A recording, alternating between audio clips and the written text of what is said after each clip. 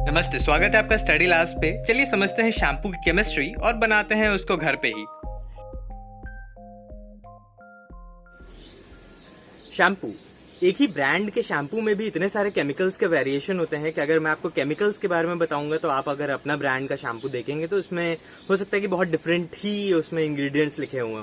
इसलिए हम केमिस्ट्री समझते हैं कि उसमें केमिस्ट्री क्या है रादर देन कि हर एक इंग्रेडिएंट का क्या मतलब है। और शैम्पू की केमिस्ट्री समझने से पहले थोड़ा बालों को समझते हैं कि उसकी क्या केमिस्ट्री है। तो अगर हम बालों को समझने की कोशिश कर रहे हैं तो आप ये समझ सकते हैं कि अगर मैं एक टेस्ट ट्यूब लूं इतना मोटा और उसके ऊपर एक एल्युमिनियम फॉइल चढ़ा दूं तो ये हमारा एक बाल का स्ट्रक्चर बन गया। अब इस बाल में हमारे हेयर में दो मेन पार्ट्स होते हैं, दो मेन कंपोनेंट्स होते हैं। एक तो ये इनर वाला, अभी तो ये खोखला है बट ये पूरा भरा हुआ होगा और इसको केराटिन कहते हैं। और ये जो आउटर सरफेस है, जो फॉइल है, उसको हम एपिक्यूटिकल कहते हैं।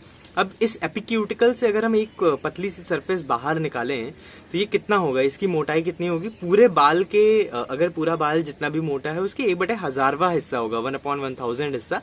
और ये जो केराटिन है ये कंडीशनर या शैम्पू में बहुत इंपॉर्टेंट रोल प्ले करता है क्योंकि इसके ऊपर नेगेटिव चार्ज होता है। हम देखेंगे कि क्यों नेगेटिव होता है और ये कैसे हेल्प करता है। तो अगर ब्रॉडली क्लासिफाई करें तो शैम्पू के इंग्रेडिएंट्स को हम दो ही पार्ट्स में डिवाइड कर सकते हैं। एक कैटेगरी इंग्रेडिएंट्स की वो जो एक्चुअली क्लीन करता है और दूसरा बाकी सारी चीजें।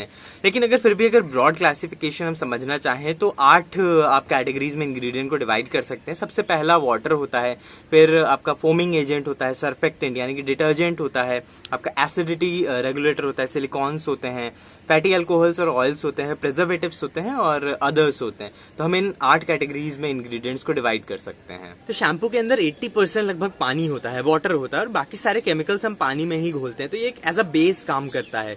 दूसरा जो इंग्रेडिएंट की कैटेगरी आती है वो होती है सर्फेक्टेंट यानी कि डिटर्जेंट। और डिटर्जेंट या सर्फेक्टेंट क्या काम करते हैं? आपके बालों को धोने के लिए जो भी डर्ट है, जो भी आपके डैंड्रफ्स हैं, उनको धो के निकालने के लिए आप सर्फेक्टेंट का इस्तेमाल करते हैं। और ये जो सर्फेक्टेंट होते हैं ये पॉजिटिव चार्ज होते हैं। जैसे कि मैंने आपको बालों के केमिस्ट्री में बताया कि वो नेगेटिव चार्ज होता है केराटिन, तो इसीलिए ये पॉजिटिव चार्ज उन नेगेटिव चार्ज के पास आकर अट्रैक्ट हो जाते हैं और चिपक जाते हैं। और जब आप पानी से धुलते हैं तो वो अपने साथ डर्ट को बहाकर ले जा सकते हैं।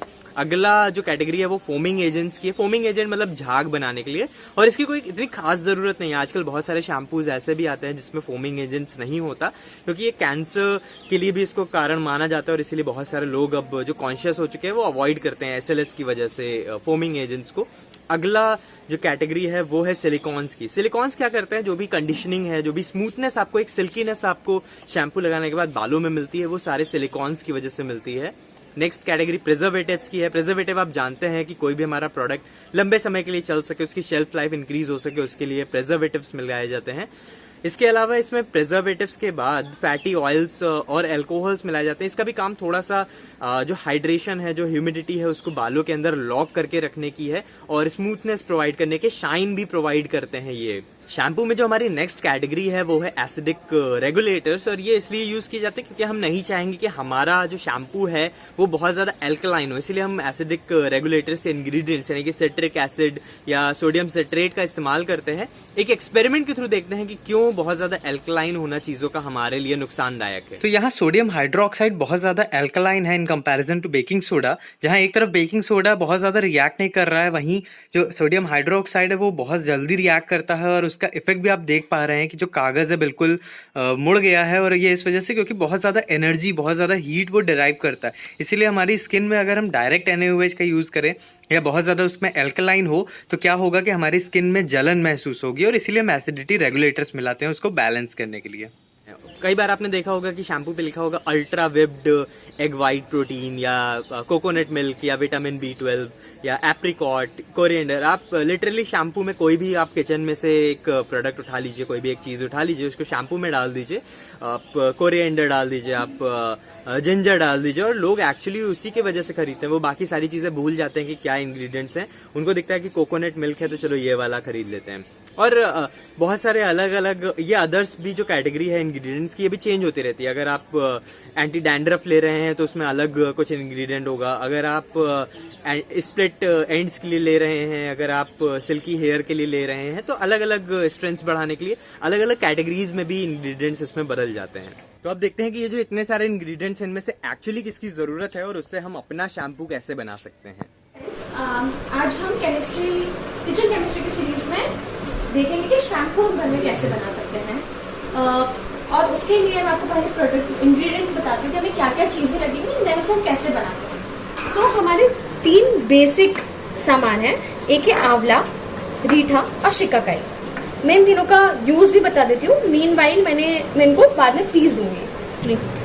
आंवला जो है वो हमारे बालों को बहुत स्ट्रेंथ देता है, मजबूती देता है। आंवला हमारे बालों के लिए बहुत अच्छा होता है। इवन रिकमेंडेड होता है कि आप डेली 1 चम्मच आंवला का पाउडर लेंगे तो बाल मोटे होंगे, थिकनेस बढ़ेगी, ये मतलब गिरना भी, हेयर फॉल भी कम होगा। It's really good. Vitamin C होता है इसमें। ये है रीठा। रीठा एक टाइप का क्लिनजर होता है, जैसे डर्ट को क्लीन करने के काम आता है, हमारे बालों में जो धूल होती है उसको काम करने के लिए आता है, वो है रीठा। मेरे पास एक्चुअली पाउडर ही अवेलेबल था तो मैं पाउडर ही ले रही हूँ। रीठा बाजार में ऐसा मिलता है जिसमें से आप बीज निकाल के उसका पाउडर बना सकते हैं। और ये shikakai. Shikakai is conditioner for our hair. Shikakai का मेजर काम है कि हमारे बालों को जो सिल्कीनेस दिखती है, जब आप उसे छूते हैं तो जो फील आता है आपके बालों में, एक हल्की सी जो शाइन का कोटिंग होता है हमारे बालों में, वो शिकाकाई से होता है। ये हमारे 3 मेन इंग्रेडिएंट है, और बाकी जो इंग्रेडिएंट है वो जब आएंगे तो मैं आपको उनका यूज़ बताती जाऊंगी। हम इनको अच्छे से पीस के उनका पाउडर बना देंगे। इसका पाउडर मेरे पास ऑलरेडी है, मैं इन दोनों का पाउडर बनाने वाली हूँ। मैंने तीनों को पीस लिया है। ये मेरा आंवला पाउडर है, ये रीठा पाउडर है जो मेरे पास ऑलरेडी पीसा हुआ था, और ये शिकाकाई का पाउडर है। मैं अब क्या करने वाली हूँ, मैं एक भगोना लूँगी, बर्तन लूँगी, जो भी आप लेते हैं, उसमें सब पाउडर को इक्वल क्वांटिटी में मिलाने वाले हैं। तो मैं अपने क्योंकि मुझे अंदाज़ा है तो मुझे 1 चम्मच तीनों का मिलाना होगा। आप एक्चुअली ये पाउडर पैक करके, मिक्स करके, पैक करके फ्रिज में रख सकते हैं, बाहर रख सकते हैं किसी एयर टाइट कंटेनर में, और ये आराम से पाउडर आपका 1-2 महीने तक सेफ रहता है एयर टाइट कंटेनर में। अब इसके बाद आप इसमें थोड़ा सा पानी डालेंगे। सो अभी इसमें मैं अराउंड पे आधा, मतलब मेरा छोटा लोटा है ये, 1 कटोरी पानी डालूंगी, और मैं इसको गैस पे हाई फ्लेम पे चढ़ाऊंगी। अब हाई फ्लेम पे इसमें जब तक एक उबाला आ जाए तब तक हम इसको एक हाई फ्लेम पर ही रखेंगे। तो इसमें कुछ 1-2 मिनट लगेगा। इतने मैं आपको बताती हूँ कि मेरे पास फ्लैक्स सीड्स हैं। ये है अलसी के बीज। मैं पीसूंगी और इसका भी पाउडर बनाऊंगी। इसका यूज़ क्या है मैं आपको बाद में बताती हूँ जब हम इस प्रोसेस में जाएंगे, बट मैं इसका भी पाउडर रेडी कर लूँगी। अब आप देख सकते हैं कि मेरे इसमें एक उबाला आ गया है, और ये जो आपको हल्का हल्का झाग टाइप दिख रहा है वो रीठे की वजह से। रीठा जो मैंने बताया था क्लींजर है, डर्ट साफ करने वाला है, धूल मिट्टी साफ करने वाला है, तो उसमें रीठे में ही झाग आते हैं। अब एक उबाले के बाद हम इसको लो फ्लेम पर रख देंगे कुछ 8-10 मिनट के लिए। हो चुके हैं। मैं अब इसमें क्या करने वाली हूँ, मैंने जो बोला था फ्लैक्स सीड्स, अलसी, वो भी कंडीशनिंग के लिए हेल्प करती है, वो भी बालों के लिए अच्छी होती है। और एक जो हमारे शैम्पू में वो काम करेगी, इस शैम्पू की सिल्की बनाएगी। वो जो आप बाहर के शैम्पू में थोड़ा फील में जो सिल्कीनेस आता है और वो टेक्सचर जो होता है उसको इम्प्रूव करने के लिए हम 1 चम्मच अलसी भी डालेंगे। पीसी हुई अलसी है, मैंने पीस दिया इसको, और इसको हम थोड़ी देर और लो हीट पे गर्म होने देंगे। मीनवाइल अब इसके बीच में आप क्या क्या डाल सकते हैं, मैं अभी इसमें डाल रही हूँ नीम के पत्ते। अगर आपके बालों में खुजली होती है, ईचिंग होती है, तो नीम इज़ अ गुड प्रोडक्ट, आप नीम को डाल सकते हैं। अगर आपको नहीं लगता है ऐसा कुछ तो आप उसको हटा भी सकते हैं, ये ऑप्शनल है। इसके अलावा मेथी दाना है, मेथी दाना भी बालों की ग्रोथ के लिए अच्छा होता है। अगर आपको उसके लिए डालना है तो आप वैसे भी डाल सकते हैं। 10 मिनट हो गए हैं, मुझे इसका कंसिस्टेंसी भी ठीक लगने लगा है, तो मैं अब इसको आंच से उतार लूंगी।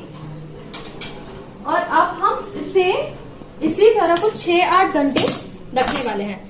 रीजन बिहाइंड कि ये जो हमने भी पाउडर फॉर्म को यूज किया है उसका जो एक्सट्रैक्ट है वो अच्छे से हमारे शैम्पू में आ जाए, और इसे हम 6-8 घंटे बाद छानेंगे।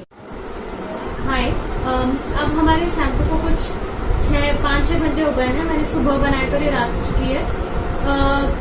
अब मैं इसको छानने वाली हूँ। मेक श्योर जब आप छाने तब आप एक बहुत ही छोटे दाने वाली छन्नी से छाने। मैं कपड़े से छानने वाली हूँ because that will be best. अब तो मैं आप इसे छानती हूँ। मैंने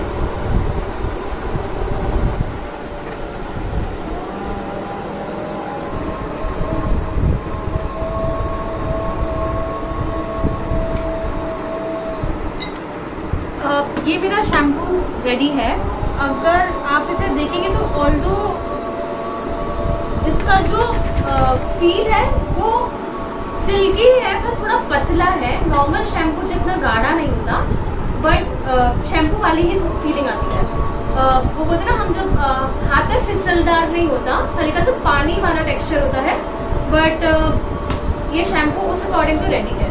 तो हमारा शैम्पू रेडी है। इस शैम्पू को आप दो बार तो यूज कर ही सकते हैं। इसकी कंसिस्टेंसी थोड़ी पतली है, जैसे नॉर्मल शैम्पू की बाहर थोड़ा गाढ़ा जो होता है वैसा नहीं है, ये थोड़ा पतला है, तो इसलिए यूज भी ज्यादा आता है बाहर के शैम्पू से। दूसरी चीज ये कि आप जब इसको लगाते हैं तब लगाते वक्त आपको जो झाग बनता है ना नॉर्मल बाहर के शैम्पू में, वैसे एकदम लग्जरी वाला फीलिंग नहीं आएगा, क्योंकि इसमें झाग कम बनेंगे। थर्ड इज, जब आप वॉश करेंगे तो पानी वैसे ही नॉर्मल जितना बाहर के शैम्पू में यूज होता है उतना ही यूज होगा। और मेरे हिसाब से तो जितना मैंने अभी तक इसे यूज किया है, रिंस ऑफ होने के बाद का फील भी अच्छा है। लाइक नॉर्मल जो एक नॉर्मल शैम्पू के वॉश के बाद जो फील आता है वैसा ही फील आता है। एकदम कंडीशनिंग वाला फील नहीं आएगा, जो शैम्पू के साथ कंडीशनर जब यूज करते वो फीलिंग है, बट अगर हम बाहर का शैम्पू यूज करते तो वैसा ही फील है कि ये वाला शैम्पू भी धोने के बाद वैसा ही लगता है। एक जो ड्रॉबैक मुझे इसमें लगता है वो है कि अगर आप बहुत ऑयलिंग करते हैं और इसके बाद ये शैम्पू यूज करते हैं तो वो ऑयल नहीं निकलता है। मैंने बहुत कोशिश करी है चीजें और प्रोडक्ट चेंज करने की, बट अभी भी ऑयल नहीं निकलता है। सो ऑयलिंग के वक्त आप ये शैम्पू यूज नहीं कर सकते। अगर आपको डेंड्रफ या ऐसा कुछ है तो आप शैम्पू यूज करने से पहले इसी में आप लेमन स्क्वीज कर सकते हैं and it will be good to go. I am still thinking कि हम इसको और कैसे और अच्छा कर सकते हैं। जो बोलते हैं ना मार्केट प्रोडक्ट में हमें जो लग्जरी वाली फीलिंग आती है वैसा कैसे कर सकते हैं, या फिर जो वॉश करने के बाद जो बाल सॉफ्ट रहते हैं वो 3-4 दिन तक कैसे रहे, इस शैम्पू से 1 या 2 दिन तक ही रहते हैं, तो हम वो कैसे कर सकते हैं। सो अब वर्क इन प्रोग्रेस चल रहा है। अगर आपके पास कुछ आइडियाज है तो प्लीज शेयर।